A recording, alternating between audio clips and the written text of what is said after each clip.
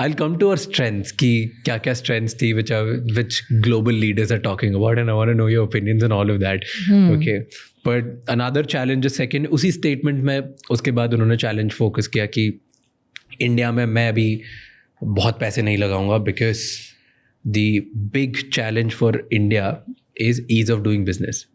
वहाँ पे इतनी ब्राइबरी है, इतने लोगों को सिस्टम ग्रीस करके इधर उधर से काम कराना पड़ता है, that there is no smooth way कि आप चाहते हो, आपको पता चलता है आपने इतने पैसे लगाए, सब स्टार्ट हो गया, एंड देन 2 years लेटर वहाँ पर कोई लोकल एडमिनिस्ट्रेशन चेंज हो गया तो आपको फिर वापस पैसे खिलाने पड़ेंगे. So he was talking about all this, the corruption is through the roof, so it's difficult.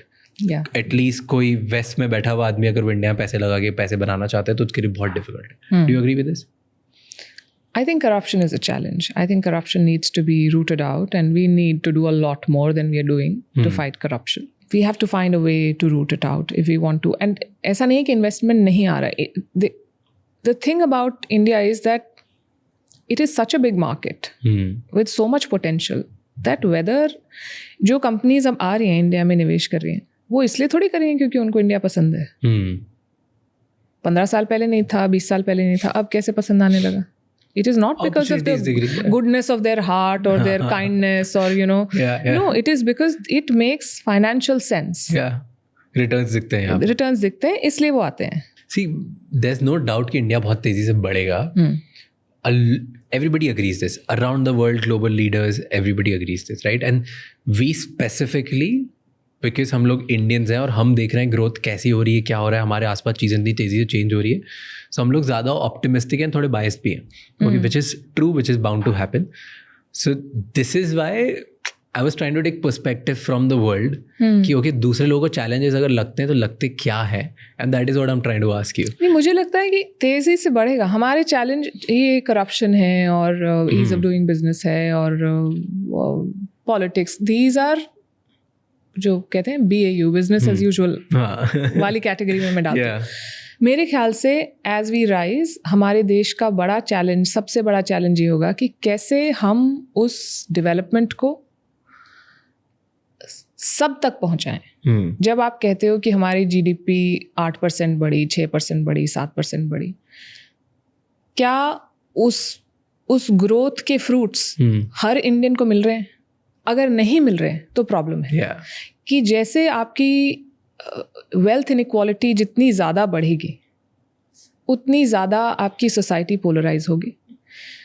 जब एक मेजॉरिटी को ये लगने लगेगा कि ये जो करंट इकोनॉमिक सिस्टम है, जो करंट सोशल और फाइनेंशियल सिस्टम है, it is failing us, it is only prioritising a small group of people, that will lead to polarization, that will lead to conflict, that will lead to more populism.